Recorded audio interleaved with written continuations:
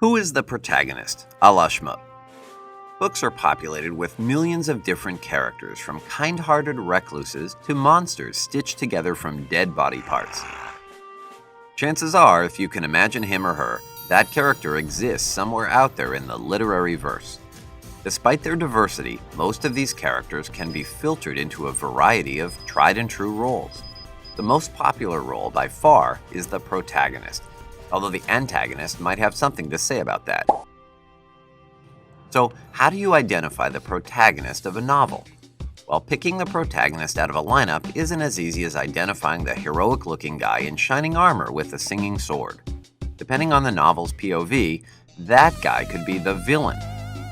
The protagonist is the guy or gal who you root for to triumph in the novel's main conflict. They're basically your favorite person on your favorite sports team, until they get traded to the rival team. Then they become the antagonist. Many times the protagonist's name is in the title: Jane Eyre, Huck Finn, Gilgamesh, the time traveler's wife, whatever her name is, but not Moby Dick, or the mockingbird from To Kill a Mockingbird. Although we're sure if the mockingbird had a story, it would be riveting. More often than not, if a book is told from the first-person perspective, the protagonist is the narrator of the story. Bella Swan, protagonist. Katniss Everdeen, protagonist. However, just because Nick Carraway is the narrator of The Great Gatsby, it doesn't make him the protagonist.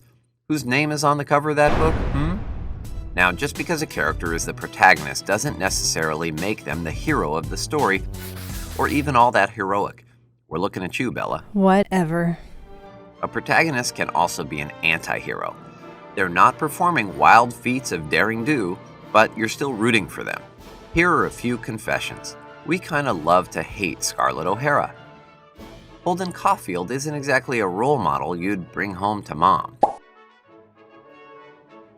And we admit to adoring the most anti of all anti-heroes, Satan in Paradise Lost. So when you're trying to pick out the protagonist, remember these things.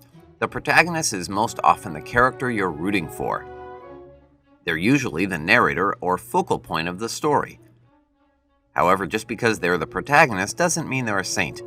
Protagonists can have complex personalities and faults. Protagonists are people too. Whatever.